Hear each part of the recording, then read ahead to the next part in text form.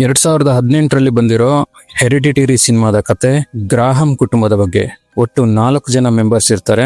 ಆನಿ, ಆಕೆಯ ಗಂಡ ಸ್ಟೀವ್, ಅವರ 2 ಮಕ್ಕಳು ಪೀಟರ್ ಮತ್ತು ಚಾರ್ಲಿ. ಚಾರ್ಲಿ ನೋಡೋದಕ್ಕೆ ತುಂಬಾ ವಿಚಿತ್ರವಾಗಿ ಕಾಣ್ತಾಳೆ. ಅವಳ ವರ್ತನೆ ಕೂಡ ಅಷ್ಟೇ ವಿಚಿತ್ರ.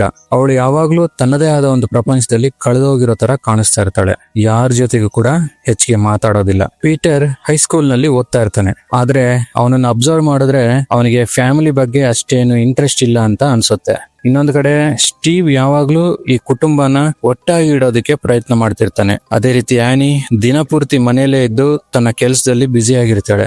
ಆನಿ ಒಬ್ಬ ಮಿನಿಯೇಚರ್ ಆರ್ಟಿಸ್ಟ್, ಅಂದ್ರೆ ದೊಡ್ಡ ದೊಡ್ಡ ವಸ್ತುಗಳನ್ನ ಚಿಕ್ಕ ಮಾದರಿಗಳಾಗಿ ಮಾಡುವ ಆರ್ಟಿಸ್ಟ್. ಈ ಕತೆ ಒಂದು ಚಿಕ್ಕ ಮಿನಿಯೇಚರ್ ಮನೆ ದೃಶ್ಯದಿಂದ ಆರಂಭವಾಗುತ್ತೆ. ಕ್ಯಾಮ್ರಾ ನಿಧಾನವಾಗಿ ಆ ಮನೆ ಹತ್ರ ಹೋಗುತ್ತೆ. ಆ ಚಿಕ್ಕ ಮನೆ ನಿಧಾನವಾಗಿ ನಿಜವಾದ ದೊಡ್ಡ ಮನೆಯಾಗಿ ಬದಲಾಗುತ್ತೆ. ಅಷ್ಟರಲ್ಲಿ ಸ್ಟೀವ್ ಅಲ್ಲಿ ಬಂದು ಪೀಟರ್ ನನ್ನ ಎಬ್ಬಿಸ್ತಾನೆ. ಯಾಕೆಂದ್ರೆ ಅವನ ಅಜ್ಜಿ ಅಂದ್ರೆ ಆನಿಯ ತಾಯಿ ಸತ್ತಿರ್ತಾಳೆ. ಪೀಟರ್ ನನ್ನ ಎಬ್ಬಿಸಿದ ನಂತರ ಸ್ಟೀವ್ ತನ್ನ ಮಗಳು ಚಾರ್ಲಿಯ ಬಳಿ ಹೋಗ್ತಾನೆ. ಅಲ್ಲಿ ಚಾರ್ಲಿ ಒಂದು ವಿಚಿತ್ರ ಜಾಗದಲ್ಲಿ ಮಲಗಿರ್ತಾಳೆ. ನಂತರ ಅವರೆಲ್ಲರೂ ಸೇರಿ ಚರ್ಚ್ಗೆ ಹೋಗ್ತಾರೆ. ಅಲ್ಲಿ ಆನಿ ತನ್ನ ತಾಯಿಗೆ ಶ್ರದ್ಧಾಂಜಲಿ ಸಲ್ಲಿಸ್ತಾಳೆ. ಆದ್ರೆ ತನ್ನ ತಾಯಿ ಬಗ್ಗೆ ಮಾತನಾಡುವಾಗ ಆನಿ ಸ್ವಲ್ಪ ಡಿಸ್ಕಂಫರ್ಟ್ ಫೀಲ್ ಆಗ್ತಾಳೆ.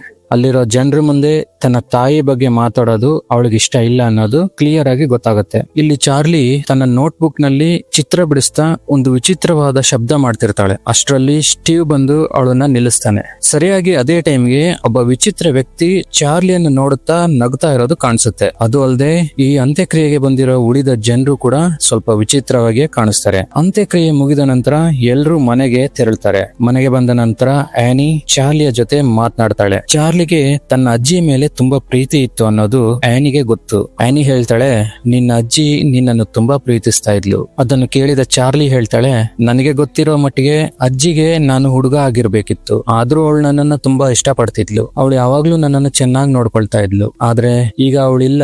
ಈಗ ನನ್ನನ್ನು ಯಾರು ನೋಡ್ಕೊಳ್ತಾರೆ? ಅದಕ್ಕೆ ಆನಿ ಹೇಳ್ತಾಳೆ, ನಾನಿದ್ದೀನಿ, ನಾನ್ ನಿನ್ನನ್ನ ನೋಡ್ಕೊಳ್ತೀನಿ ಅಂತ ಹೇಳ್ತಾಳೆ. ಅಷ್ಟರಲ್ಲಿ ಚಾರ್ಲಿ ಮತ್ತೆ ಕೇಳ್ತಾಳೆ, ಆದ್ರೆ ನೀನ್ ಸತ್ರೆ ಆಗ ನನ್ನನ್ನು ಯಾರು ನೋಡ್ಕೊಳ್ತಾರೆ? ಈ ಮಾತು ಕೇಳಿ ಆನಿ ಸ್ವಲ್ಪ ಬೆಚ್ಚಿ ಬೀಳ್ತಾಳೆ. ನಂತರ ಹೇಳ್ತಾಳೆ, ನಾನ್ ಸತ್ ಮೇಲೆ ನಿಮ್ಮ ಅಣ್ಣ ಅಥವಾ ನಿಮ್ಮ ಅಪ್ಪ ನಿನ್ನನ್ನ ನೋಡ್ಕೊಳ್ತಾರೆ ಬಿಡು ಅಂತ ಹೇಳ್ತಾಳೆ. ಅದನ್ನ ಕೇಳಿದ ನಂತರ ಚಾರ್ಲಿ ಮಲಗ್ ಬಿಡ್ತಾಳೆ. ನಂತರ ಆನಿ ತನ್ನ ತಾಯಿಯ ವಸ್ತುಗಳನ್ನಿಟ್ಟಿರುವ ರೂಮ್ಗೆ ಹೋಗ್ತಾಳೆ. ಅಲ್ಲಿ ಅವಳಿಗೆ ಒಂದು ಬುಕ್ ಸಿಗುತ್ತೆ. ಆ ಬುಕ್ ಒಳಗಡೆ ಒಂದ್ ಲೆಟರ್ ಇರುತ್ತೆ. ಅದರಲ್ಲಿ ಅವಳ ತಾಯಿ ಹೀಗೆ ಬರ್ದಿರ್ತಾಳೆ, ನಿನಗೆ ತುಂಬಾ ವಿಷಯಗಳನ್ನ ಹೇಳ್ಬೇಕು ಅಂತ ಅನ್ಕೊಂಡಿದ್ದೆ, ಆದ್ರೆ ನನಗೆ ಯಾವತ್ತೂ ಅದನ್ನ ಹೇಳಕ್ ಆಗ್ಲಿಲ್ಲ. ಈಗ ಅಥವಾ ಮುಂದೆ ಯಾವಾಗ್ಲಾದ್ರೂ ನಿನ್ ಜೊತೆ ನಡೆಯೋ ಘಟನೆಗಳಿಗೆ ನೀನ್ ಯಾವತ್ತೂ ನಿನ್ನನ್ನ ಹೊಣೆ ಮಾಡ್ಕೋಬೇಡ. ಕೊನೆಯಲ್ಲಿ ನಿನಗೆ ನೀನು ನೆನ್ಸ್ಕೊಳಕ್ ಆಗದೆ ಇರೋಷ್ಟು ಸಂತೋಷ ನಿನಗ್ ಸಿಗುತ್ತೆ. ಆಗ ನಮ್ಮ ತ್ಯಾಗ ಎಷ್ಟು ಇಂಪಾರ್ಟೆಂಟ್ ಅನ್ನೋದು ನಿನಗೆ ಅರ್ಥ ಆಗುತ್ತೆ ಅಂತ ಬರ್ದಿರುತ್ತೆ. ಆದ್ರೆ ಈ ಲೆಟರ್ ಆನಿಗೆ ಅರ್ಥ ಆಗೋದಿಲ್ಲ. ಅವಳು ಆ ಲೆಟರ್ ನ ಮತ್ತೆ ಆ ಬುಕ್ ಒಳಗಡೆ ಇಟ್ಟು ಅಲ್ಲಿಂದ ಹೊರಡ್ತಾ ಇರ್ತಾಳೆ. ಅವಳು ರೂಮ್ ಲೈಟ್ ಆಫ್ ಮಾಡಿದ ತಕ್ಷಣ ಅವಳ ತಾಯಿಯ ಆಕೃತಿ ಒಂದು ಕಾಣಿಸುತ್ತೆ. ಇದನ್ನು ನೋಡಿ ಆನಿ ಭಯದಿಂದ ಮತ್ತೆ ಲೈಟ್ ಆನ್ ಮಾಡ್ತಾಳೆ. ಆದ್ರೆ ಆ ಇಮೇಜ್ ಅಲ್ಲಿಂದ ಮಾಯ ಆಗಿರುತ್ತೆ. ಒಂದಿನ ಚಾರ್ಲಿ ತನ್ನ ಕ್ಲಾಸ್ ನಲ್ಲಿ ಕೂತಿರ್ತಾಳೆ. ಯಾವಾಗ್ಲೂ ಇದ್ದಂಗೆ ತನ್ನದೇ ಆದ ಒಂದು ಪ್ರಪಂಚದಲ್ಲಿ ಕಳೆದೋಗಿರ್ತಾಳೆ. ಅಷ್ಟರಲ್ಲಿ ಒಂದು ಪಾರಿವಾಳ ಕ್ಲಾಸ್ ನ ಗಾಜಿಗೆ ಡಿಕ್ಕಿ ಹೊಡೆದು ಸತ್ತೋಗುತ್ತೆ. ಸ್ವಲ್ಪ ಹೊತ್ತಿನಲ್ಲಿ ಉಳಿದವರೆಲ್ಲರೂ ಈ ಘಟನೆಯನ್ನ ಮರೆತು ಬಿಡ್ತಾರೆ. ಆದ್ರೆ ಚಾರ್ಲಿ ಮಾತ್ರ ಅದನ್ನ ಮರೆತಿರೋದಿಲ್ಲ. ಸ್ಕೂಲ್ ಮುಗಿದ ತಕ್ಷಣ ಅವಳು ಆ ಪಾರಿವಾಳದ ಬಳಿ ಹೋಗಿ ಅದರ ತಲೆಯನ್ನ ಕಟ್ ಮಾಡ್ತಾಳೆ. ನಂತರ ಅದನ್ನ ತನ್ನ ಜೇಬ್ನಲ್ಲಿ ಇಟ್ಕೊಂಡ್ ಬರ್ತಾಳೆ. ಅಷ್ಟರಲ್ಲಿ ರೋಡ್ ನ ಇನ್ನೊಂದು ಸೈಡ್ ಅಲ್ಲಿ ಒಬ್ಬ ಮಹಿಳೆ ನಿಂತಿರ್ತಾಳೆ. ಅವಳು ಚಾರ್ಲಿಯ ಕಡೆ ನೋಡ್ತಾ ಕೈಯಿಂದ ಒಂದು ಸಿಗ್ನಲ್ ಮಾಡ್ತಾಳೆ. ಇಲ್ಲಿಂದ ಕತೆ ಕಂಪ್ಲೀಟ್ ಆಗಿ ಟ್ವಿಸ್ಟ್ ಆಗುತ್ತೆ. ಒಂದಿನ ಸ್ಟೀವ್ಗೆ ಒಂದು ಫೋನ್ ಕಾಲ್ ಬರುತ್ತೆ. ಆ ಫೋನ್ ಕಾಲ್ ಅಲ್ಲಿ ಅವನಿಗೆ ಏನ್ ವಿಷಯ ಗೊತ್ತಾಗುತ್ತೆ ಅಂದ್ರೆ ಆನಿಯ ತಾಯಿಯ ಶವ ಸಮಾಧಿಯಿಂದ ಕಾಣೆಯಾಗಿರುತ್ತೆ.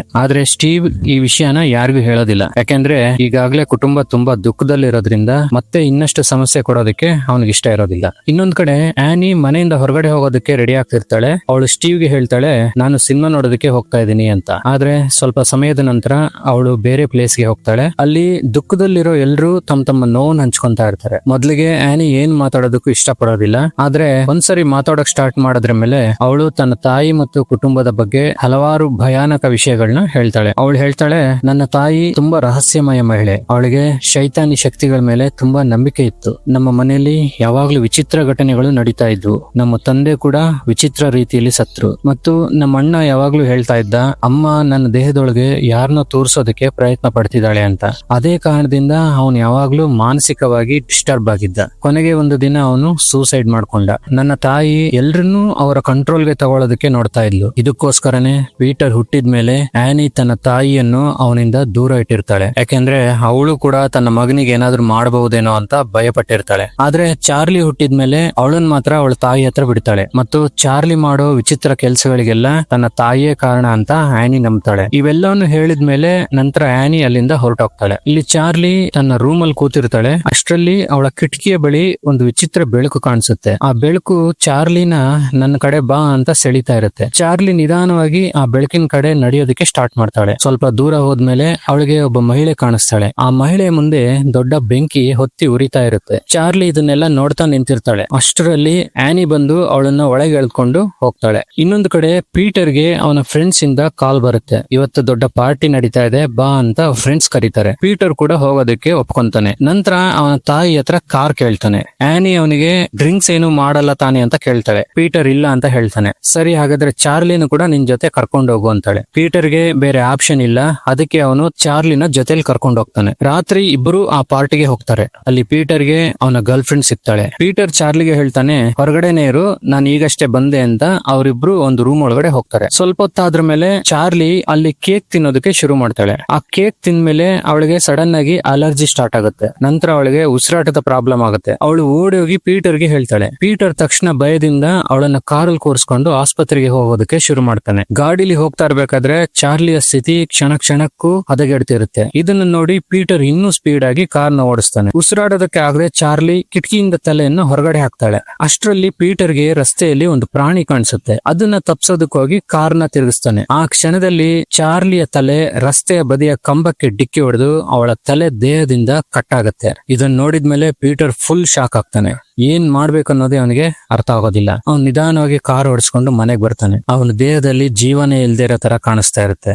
ಅವನು ಸೈಲೆಂಟ್ ಆಗಿ ತನ್ನ ರೂಮ್ಗೆ ಹೋಗಿ ಹಾಸಿಗೆ ಮೇಲೆ ಮಲಗ್ತಾನೆ. ಆದ್ರೆ ಆ ರಾತ್ರಿ ಅವನಿಗೆ ನಿದ್ದೆ ಬರೋದಿಲ್ಲ.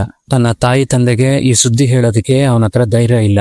ಬೆಳಿಗ್ಗೆ ಆನಿ ಹೊರಗಡೆ ಹೋಗ್ತಾಳೆ. ಕೆಲವೇ ಕ್ಷಣಗಳಲ್ಲಿ ಮನೆ ಹೊರಗಡೆಯಿಂದ ಆಕೆ ಭಯಾನಕವಾಗಿ ಕಿರ್ಚಾಡೋ ಸೌಂಡ್ ಕೇಳಿಸುತ್ತೆ. ಚಾರ್ಲಿಯ ಶವವನ್ನು ನೋಡಿ ಆನಿ ಜೋರಾಗಿ ಅಳೋದಕ್ಕೆ ಸ್ಟಾರ್ಟ್ ಮಾಡ್ತಾಳೆ. ಈ ಇನ್ಸಿಡೆಂಟ್ ನಂತರ ಆ ಕುಟುಂಬ ಕಂಪ್ಲೀಟ್ ಆಗಿ ಬಿದ್ದೋಗುತ್ತೆ. ಎಲ್ರೂ ಒಳಗೊಳಗಡೆನೆ ದ್ವೇಷ ಸಾಧಿಸೋದಕ್ಕೆ ಸ್ಟಾರ್ಟ್ ಮಾಡ್ತಾರೆ. ಮತ್ತೆ ಆನಿ ಆ ದುಃಖ ಹಂಚಿಕೊಳ್ಳೋ ಸ್ಥಳದಕ್ಕೆ ಹೋಗ್ತಾಳೆ. ಆದ್ರೆ ಒಳಗಡೆ ಹೋಗ್ಬೇಕಾ ಬೇಡವಾ ಅಂತ ಯೋಚನೆ ಮಾಡ್ತಿರ್ಬೇಕಾದ್ರೆ ಒಬ್ಬ ಮಹಿಳೆ ಅವಳನ್ನ ಕರೀತಾಳೆ. ಆ ಮಹಿಳೆ ಹೆಸರು ಜೋನ್ ನಿಧಾನವಾಗಿ ಆನಿಯ ಜೊತೆ ಮಾತನಾಡೋದಕ್ಕೆ ಶುರು ಮಾಡ್ತಾಳೆ. ಅವಳು ಹೇಳ್ತಾಳೆ, ಇತ್ತೀಚೆಗೆ ನನ್ನ ಮಗ ಮತ್ತು ಮೊಮ್ಮಗ ಸತ್ತಿದ್ದಾರೆ. ಆ ನೋವು ನನಗೆ ಗೊತ್ತು. ಆ ನೋವಿನಿಂದ ಹೊರ ಬರೋ ದಾರಿ ಕೂಡ ನನಗೆ ಗೊತ್ತು. ಹೀಗೆ ಹೇಳಿ ಅವಳು ತನ್ನ ವಿಳಾಸ ಮತ್ತು ಫೋನ್ ನಂಬರ್ ಆನಿಗೆ ಕೊಡ್ತಾಳೆ. ಹೀಗೆ ದಿನಗಳು ಕಳೀತಾ ಇರ್ಬೇಕಾದ್ರೆ ಒಂದಿನ ಆನಿಗೆ ಜೋನ್ ಕೊಟ್ಟಿದ್ದ ವಿಳಾಸದ ಚೀಟಿ ಸಿಗುತ್ತೆ. ಆಕೆ ಜೋನ್ ಮನೆಗೆ ಹೋಗೋದಕ್ಕೆ ನಿರ್ಧಾರ ಮಾಡ್ತಾಳೆ. ಅವಳ ಮನೆಗೆ ತಲುಪಿದ ನಂತರ ಬಾಗಿಲಿನ ಮುಂದೆ ಇರೋ ಡೋರ್ ಮ್ಯಾಟ್ ನ ನೋಡಿ ಆನಿ ಗಾಬರಿ ಆಗ್ತಾಳೆ. ಯಾಕೆಂದ್ರೆ ಈ ಡೋರ್ ಮ್ಯಾಟ್ ಅನ್ನು ಅವಳು ಮೊದಲೇ ಎಲ್ಲೋ ನೋಡಿದ ರೀತಿ ಅನ್ಸುತ್ತೆ. ಅಷ್ಟರಲ್ಲಿ ಜೋನ್ ಹೊರಗಡೆ ಬಂದು ಆನಿಯನ್ನ ಒಳಗಡೆ ಕರ್ಕೊಂಡು ಹೋಗ್ತಾಳೆ. ಒಳಗೆ ಹೋದ ತಕ್ಷಣ ಆನಿ ಮತ್ತೆ ಅಳೋದಕ್ಕೆ ಶುರು ಮಾಡ್ತಾಳೆ. ನಂತರ ತನ್ನ ಜೀವನದಲ್ಲಿ ನಡೆದ ಭಯಾನಕ ಘಟನೆ ಬಗ್ಗೆ ಹೇಳ್ತಾಳೆ. ಕೆಲವು ವರ್ಷಗಳ ಹಿಂದೆ ಅವಳಿಗೆ ನಿದ್ರೆಯಲ್ಲಿ ನಡೆಯೋ ಅಭ್ಯಾಸ ಇತ್ತು. ಒಂದು ರಾತ್ರಿ ನಿದ್ರೆಯಲ್ಲೇ ಅವಳು ತನ್ನ ಮಕ್ಕಳ ರೂಮ್ಗೆ ಹೋಗಿರ್ತಾಳೆ. ಪೀಟರ್ ಮತ್ತು ಚಾರ್ಲಿನ ಬೆಂಕಿ ಹಚ್ಚೋದಕ್ಕೆ ಪ್ರಯತ್ನ ಪಟ್ಟಿರ್ತಾಳೆ. ಆ ಸಮಯದಲ್ಲಿ ಪೀಟರ್ ಭಯದಿಂದ ಕಿರ್ಚ್ಕೊಂಡಿರ್ತಾನೆ. ಅವನಿಗೆ ತನ್ನ ತಾಯಿ ಅವನನ್ನ ಸುಟ್ಟು ಕೊಲ್ಲೋದಕ್ಕೆ ಬರ್ತಿದ್ದಾಳೆ ಅಂತ ಅನಿಸ್ತು. ಅಷ್ಟರಲ್ಲಿ ಆನಿಗೆ ಪ್ರಜ್ಞೆ ಬಂದಿರುತ್ತೆ. ಆನಿ ಹೇಳ್ತಾಳೆ, ಆ ಘಟನೆ ನಡೆದಿದ್ದು ನನಗೂ ಕೂಡ ನೆನಪಿಲ್ಲ. ಆದ್ರೆ ಆ ದಿನದಿಂದ ಪೀಟರ್ ನನ್ನಿಂದ ದೂರ ಆಗ್ಬಿಟ್ಟ. ಆ ರಾತ್ರಿ ಮನೆಗ್ ಬಂದ ಮೇಲೆ ಎಲ್ರು ಒಟ್ಟಿಗೆ ಊಟ ಮಾಡ್ತಿರ್ತಾರೆ. ಅಷ್ಟರಲ್ಲಿ ಪೀಟರ್ ಕೋಪದಿಂದ ಆನಿಗೆ ಹೇಳ್ತಾನೆ, ಚಾರ್ಲಿಯನ್ನ ನನ್ನ ಜೊತೆ ಕಳ್ಸಿದ್ದು ನೀನು ಅವಳನ್ನ ಕಳಿಸದೇ ಇದ್ದಿದ್ರೆ ಅವಳು ಇವತ್ತು ಬದುಕಿರ್ತಿದ್ಲು. ಈ ಮಾತು ಕೇಳಿ ಆನಿ ಕೋಪದಿಂದ, ನಿನಗೆ ಎಷ್ಟು ನೋವಾಗಿದೆ ಅನ್ನೋದು ನನಗೆ ಗೊತ್ತು, ಆದ್ರೆ ನಮಗೂ ಕೂಡ ಅಷ್ಟೇ ನೋವಾಗಿದೆ. ಹೀಗಾಗಿ ಮತ್ತೆ ನನ್ನ ಜೊತೆ ಈ ರೀತಿ ಮಾತಾಡ್ಬೇಡ ಮತ್ತು ಎಲ್ಲದಕ್ಕೂ ನಿನ್ನನ್ನೇ ತಪ್ಪು ಅಂತ ಕೂಡ ಅನ್ಕೋಬೇಡ ಅಂತ ಹೇಳ್ತಾಳೆ. ಈ ಮಾತುಗಳನ್ನ ಕೇಳಿ ಪೀಟರ್ ಅಳ್ತಾನೆ. ಇಲ್ಲಿಂದ ಈ ಕುಟುಂಬದ ನಡುವೆ ಅಂತರ ಇನ್ನಷ್ಟು ಹೆಚ್ಚಾಗ್ತಾ ಹೋಗುತ್ತೆ. ಒಂದಿನ ಆನಿ ಮಾರ್ಕೆಟ್ಗೆ ಹೋಗ್ತಾಳೆ. ಅಲ್ಲಿ ಅವಳಿಗೆ ಮತ್ತೆ ಜೋನ್ ಸಿಗ್ತಾಳೆ. ಜೋನ್ ಇವಾಗ ಉತ್ಸಾಹದಿಂದ ಹೇಳ್ತಾಳೆ, ನಾನು ಒಂದು ಹೊಸ ಮಾರ್ಗ ಕಂಡುಕೊಂಡಿದ್ದೀನಿ. ಅದರ ಮೂಲಕ ಸತ್ತವರ ಜೊತೆ ಮಾತನಾಡಬಹುದು. ಆಕೆ ಆನಿನ ತನ್ನ ಮನೆ ಕರ್ಕೊಂಡು ಹೋಗ್ತಾಳೆ. ಮೊದಲಿಗೆ ಆನಿಗೆ ಇದರಲ್ಲಿ ನಂಬಿಕೆ ಇರೋದಿಲ್ಲ. ಆದ್ರೆ ಜೋನ್ ತನ್ನ ಸತ್ತ ಮೊಮ್ಮಗನ ಆತ್ಮವನ್ನ ತೋರಿಸ್ತಾಳೆ. ಇದನ್ನು ನೋಡಿ ಆನಿ ಭಯ ಪಡ್ತಾಳೆ. ಅವಳು ಕೂಡ್ಲೆ ಅಲ್ಲಿಂದ ಹೋಗೋದಿಕ್ಕೆ ಪ್ರಯತ್ನ ಪಡ್ತಾಳೆ. ಆದ್ರೆ ಜೋನ್ ಅವಳಿಗೆ ಸಂಪೂರ್ಣ ವಿಧಾನನ ವಿವರಿಸ್ತಾಳೆ. ನೀನು ಚಾರ್ಲಿಯ ಜೊತೆ ಮಾತನಾಡಬೇಕು ಅಂದ್ರೆ ಚಾರ್ಲಿ ಯಾವಾಗ್ಲೂ ಬಳಸ್ತಾ ಇದ್ದ ಒಂದು ವಸ್ತು ಬೇಕು ಮತ್ತು ಕೆಲವು ಮಂತ್ರಗಳನ್ನ ಜಪಿಸ್ಬೇಕು. ಆ ರಾತ್ರಿ ಆನಿ ಮಲಗ್ತಾಳೆ. ಮತ್ತೆ ನಿದ್ರೆಯಲ್ಲಿ ನಡ್ಕೊಂಡು ಪೀಟರ್ ರೂಮ್ ಹತ್ರ ಹೋಗ್ತಾಳೆ. ಅಲ್ಲಿ ಅವಳು ಒಂದು ಭಯಾನಕ ದೃಶ್ಯ ನೋಡ್ತಾಳೆ. ರಾಶಿಗಟ್ಲೆ ಇರುವೆಗಳು ಪೀಟರ್ ದೇಹನ ತಿಂತಾ ಇರ್ತವೆ. ಇದನ್ನು ನೋಡಿ ಆಕೆ ಬೆಚ್ಚಿ ಬೀಳ್ತಾಳೆ. ಅಷ್ಟರಲ್ಲಿ ಪೀಟರ್ ಹೇಳ್ತಾನೆ, ನೀನ್ ನನ್ನನ್ನು ಯಾಕೆ ಕೊಲ್ಲೋದಕ್ಕೆ ಪ್ರಯತ್ನ ಪಡ್ತಿದ್ಯಾ ಅಂತ. ಅಷ್ಟರಲ್ಲಿ ಆನಿ ತನ್ನ ಮನದಾಳದಲ್ಲಿರೋ ಸತ್ಯನ ಹೇಳ್ಬಿಡ್ತಾಳೆ. ಅವಳು ಹೇಳ್ತಾಳೆ, ನಾನು ನಿನ್ನನ್ನು ಹುಟ್ಟಿಸ್ಬೇಕು ಅನ್ನೋದೇ ಇರ್ಲಿಲ್ಲ, ಆದ್ರೆ ನನ್ನ ತಾಯಿ ನನಗೆ ಬಲವಂತ ಮಾಡಿದ್ಲು. ನಾನು ಹಲವಾರು ಬಾರಿ ಅಬಾರ್ಷನ್ ಮಾಡಿಸ್ಕೊಳ್ಳೋದಕ್ಕೆ ಪ್ರಯತ್ನ ಪಟ್ಟಿದ್ದೆ, ಆದ್ರೂ ನೀನು ಬದುಕ್ಬಿಟ್ಟೆ. ಈ ಮಾತುಗಳನ್ನ ಕೇಳಿ ಪೀಟರ್ ಸಂಪೂರ್ಣ ಕುಸಿದು ಬೀಳ್ತಾನೆ. ಅವನು ಜೋರಾಗಿ ಅಳೋದಕ್ಕೆ ಸ್ಟಾರ್ಟ್ ಮಾಡ್ತಾನೆ. ಅಷ್ಟರಲ್ಲಿ ಆನಿಯ ಕಣ್ಣು ತೆರೆಯುತ್ತೆ. ಅದು ಕೇವಲ ಕನಸಾಗಿತ್ತೆಂದು ಅವಳಿಗೆ ಗೊತ್ತಾಗುತ್ತೆ. ನಂತರ ಆಕೆ ಜೋನ್ ಹೇಳಿದ ವಿಧಾನವನ್ನು ಅನುಸರಿಸಿ ಚಾರ್ಲಿಯ ಜೊತೆ ಮಾತನಾಡೋದಕ್ಕೆ ನಿರ್ಧಾರ ಮಾಡ್ತಾಳೆ. ಅವಳು ಮಧ್ಯರಾತ್ರಿಯಲ್ಲಿ ಸ್ಟೀವ್ ಮತ್ತು ಪೀಟರ್ನ ಎಬ್ಸಿ ಕೆಳಗಡೆ ಬರೋದಕ್ಕೆ ಹೇಳ್ತಾಳೆ. ನಾನು ಹೇಳಿದ ಹಾಗೆ ಮಾಡ್ರಿ ಅಂತ ಹೇಳ್ತಾಳೆ. ಸ್ಟೀವ್ ಮತ್ತು ಇಬ್ರಿಗೂ ಏನು ಅರ್ಥ ಆಗೋದಿಲ್ಲ, ಆದ್ರೂ ಆನಿಯ ಮನಸ್ಥಿತಿ ಸರಿಯಾಗಿರ್ಲಿ ಅಂತ ಅನ್ಕೊಂಡು ಅವಳು ಹೇಳಿದ್ದನ್ನ ಕೇಳ್ತಾರೆ. ಅಷ್ಟರಲ್ಲಿ ಆ ರೂಮ್ ಅಲ್ಲಿ ವಿಚಿತ್ರ ಘಟನೆಗಳು ನಡೀತವೆ. ವಸ್ತುಗಳು ಅವು ಪಾಡಿಗೆ ಅವು ಅಲುಗಾಡೋದಕ್ಕೆ ಶುರುವಾಗ್ತವೆ.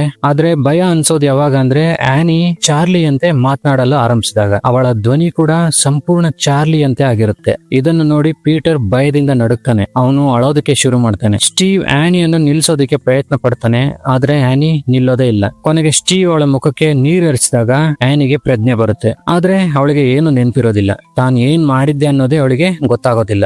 ಮಾರನೇ ದಿನ ಪೀಟರ್ ಸ್ಕೂಲ್ಗೆ ಹೋಗ್ತಾನೆ. ಅಲ್ಲಿ ಅವನು ಅದೇ ವಿಚಿತ್ರ ಬೆಳಕನ್ನ ಮತ್ತೆ ನೋಡ್ತಾನೆ. ಮೊದಲು ಚಾರ್ಲಿಗೆ ಕಾಣಿಸ್ತಿದ್ದ ಬೆಳಕು ಈಗ ಅವನಿಗೆ ಕಾಣಿಸ್ತಿದೆ. ಅಷ್ಟರಲ್ಲಿ ಅವನ ಗಮನ ಎದುರಿನ ಗಾಜಿನ ಮೇಲೆ ಬೀಳುತ್ತೆ. ಅಲ್ಲಿ ಅವನ ಮುಖ ಕಾಣಿಸುತ್ತೆ, ಆದ್ರೆ ಗಾಜಿನೊಳಗಿನ ಅವನ ಪ್ರತಿಬಿಂಬ ನಗ್ತಿರುತ್ತೆ. ಆದ್ರೆ ನಿಜವಾದ ಪೀಟರ್ ನಗ್ತಾ ಇರೋದಿಲ್ಲ. ಇನ್ನೊಂದು ಕಡೆ ಚಾರ್ಲಿಯ ರೂಮ್ ಅಲ್ಲಿ ಅವಳ ನೋಟ್ ಬುಕ್ ಅದಕ್ಕದೇ ಓಪನ್ ಆಗಿ ಅದರಲ್ಲಿ ಒಂದು ಚಿತ್ರ ಬರೆಯೋದಕ್ಕೆ ಸ್ಟಾರ್ಟ್ ಆಗುತ್ತೆ. ಆ ಚಿತ್ರ ಪೀಟರ್ದು ಮತ್ತು ಆ ಚಿತ್ರದಲ್ಲಿ ಅವನ ಕಣ್ಣುಗಳನ್ನು ಕಟ್ ಮಾಡಿರ್ತಾರೆ. ಈ ಎಲ್ಲಾ ಘಟನೆಗಳಿಂದ ಆನಿ ಕಂಪ್ಲೀಟ್ ಆಗಿ ಹೆದರ್ಕೊಂಡಿರ್ತಾಳೆ. ಕೊನೆಗೆ ಅವಳು ಆ ನೋಟ್ ಬುಕ್ ಅನ್ನ ಸುಡೋದಕ್ಕೆ ಪ್ರಯತ್ನ ಪಡ್ತಾಳೆ. ಆದ್ರೆ ಆ ನೋಟ್ ಬುಕ್ಗೆ ಬೆಂಕಿ ಹಚ್ಚಿದ ತಕ್ಷಣ ಆನಿಯ ದೇಹಕ್ಕೂ ಬೆಂಕಿ ತಗುಲುತ್ತೆ. ಅದರಿಂದ ಭಯಗೊಂಡು ಅವಳು ತಕ್ಷಣ ಪುಸ್ತಕನ ಬೆಂಕಿಯಿಂದ ಹೊರಗೆ ತಗೊಂಡ್ಬಿಡ್ತಾಳೆ. ಈ ಎಲ್ಲಾ ರಹಸ್ಯಗಳ ಉತ್ತರ ಹುಡುಕೋದಕ್ಕೆ ಆನಿ ಮತ್ತೆ ಜೋನ್ ಮನೆಗೆ ಹೋಗ್ತಾಳೆ. ಆದ್ರೆ ಈ ಬಾರಿ ಜೋನ್ ಮನೆ ಬಾಗಿಲು ಮುಚ್ಚಿರುತ್ತೆ. ಅಷ್ಟರಲ್ಲಿ ಕ್ಯಾಮ್ರಾ ಮನೆ ಒಳಭಾಗನ ತೋರಿಸುತ್ತೆ. ಅಲ್ಲಿ ಪೀಟರ್ನ ಫೋಟೋ ಇರುತ್ತೆ. ಅದರ ಸುತ್ತ ವಿಚಿತ್ರ ವಸ್ತುಗಳಿರ್ತವೆ. ಅವುಗಳು ನೋಡಿದ್ರೆ ಯಾವುದೋ ಒಂದು ಬ್ಲ್ಯಾಕ್ ಮ್ಯಾಜಿಕ್ ಮಾಡ್ತಾ ಇದ್ದಾರೆ ಅನ್ನೋದು ಸ್ಪಷ್ಟ ಆಗುತ್ತೆ. ಅಷ್ಟರಲ್ಲಿ ಆನಿಯ ಗಮನ ಮತ್ತೆ ಅದೇ ಡೋರ್ ಮ್ಯಾಟ್ ಮೇಲೆ ಬೀಳುತ್ತೆ. ಆಗ ಅವಳಿಗೆ ನೆನಪಾಗುತ್ತೆ, ಇದೇ ರೀತಿ ಡೋರ್ ಮ್ಯಾಟ್ ಅವಳು ತನ್ನ ತಾಯಿಯ ರೂಮ್ ಅಲ್ಲಿ ನೋಡಿರ್ತಾಳೆ. ತಕ್ಷಣ ಆಕೆ ಅವಳ ಮನೆಗೆ ಓಡ್ತಾಳೆ. ಅಲ್ಲಿ ಅವಳ ತಾಯಿಯ ರೂಮ್ಗೆ ಹೋದಾಗ ಇದೇ ತರ ಹಲವಾರು ಡೋರ್ ಮ್ಯಾಟ್ ಗಳು ಕಾಣಿಸ್ತವೆ. ಆನಿಯ ತಾಯಿಗೆ ಈ ತರ ಡೋರ್ ಮ್ಯಾಟ್ ಮಾಡೋ ಹವ್ಯಾಸ ಇತ್ತು. ಅವಳು ಅವುಗಳ ಮೇಲೆ ಜನರ ಹೆಸರುಗಳನ್ನ ಬರಿತಾ ಇದ್ಲು. ಇಲ್ಲಿ ಆನಿಗೆ ಒಂದು ವಿಷಯ ಸ್ಪಷ್ಟವಾಗುತ್ತೆ, ಜೋನ್ ಮತ್ತು ತನ್ನ ತಾಯಿಯ ನಡುವೆ ಯಾವುದೋ ಸಂಬಂಧ ಖಂಡಿತ ಇದೆ ಅಂತ. ನಂತರ ಆನಿ ಮತ್ತೆ ಆ ಪುಸ್ತಕನ ತಗೊಂತಾಳೆ. ಆ ಪುಸ್ತಕದಲ್ಲೇ ಅವಳಿಗೆ ಒಂದು ಲೆಟರ್ ಸಿಕ್ಕಿತ್ತು. ಈ ಬಾರಿ ಅವಳು ಅದರೊಳಗಡೆ ಇನ್ನಷ್ಟು ಭಯಾನಕ ವಿಷಯನ ಕಂಡುಕೊಳ್ತಾಳೆ. ಅಲ್ಲಿ ಪೈಮನ್ ಎಂಬ ಶೈತಾನಿ ರಾಜನ ಬಗ್ಗೆ ಬರ್ದಿರ್ತಾರೆ. ಪೈಮನ್ ಅನ್ನು ಜೀವಂತವಾಗಿ ಈ ಲೋಕಕ್ಕೆ ತರಬೇಕು, ಅದಕ್ಕೆ ಒಬ್ಬ ಪುರುಷನ ದೇಹ ಬೇಕು ಅಂತ ಬರ್ದಿರ್ತಾರೆ. ಅದರ ಜೊತೆಗೆ ಆನಿಗೆ ಒಂದು ಫೋಟೋ ಆಲ್ಬಮ್ ಕೂಡ ಸಿಗುತ್ತೆ. ಆ ಆಲ್ಬಮ್ ಅಲ್ಲಿ ಜೋನ್ ಮತ್ತು ಆನಿಯ ತಾಯಿ ಒಟ್ಟಿಗೆ ಇರೋ ಫೋಟೋಗಳು ಇರ್ತವೆ. ಇದರಿಂದ ಒಂದು ವಿಷಯ ಅರ್ಥ ಆಗುತ್ತೆ, ಜೋನ್ ಮತ್ತು ಆನಿಯ ತಾಯಿ ಇಬ್ಬರು ಸೇರಿ ಈ ಎಲ್ಲ ಕೆಲಸಗಳನ್ನ ಮಾಡ್ತಿದ್ದಾರೆ. ಅಷ್ಟರಲ್ಲಿ ಆನಿ ಸ್ಟೋರ್ ರೂಮ್ಗೆ ಹೋಗ್ತಾಳೆ. ಅಲ್ಲಿ ಅವಳು ಒಂದು ಭಯಾನಕ ದೃಶ್ಯ ನೋಡ್ತಾಳೆ. ಅವಳ ತಾಯಿಯ ಶವ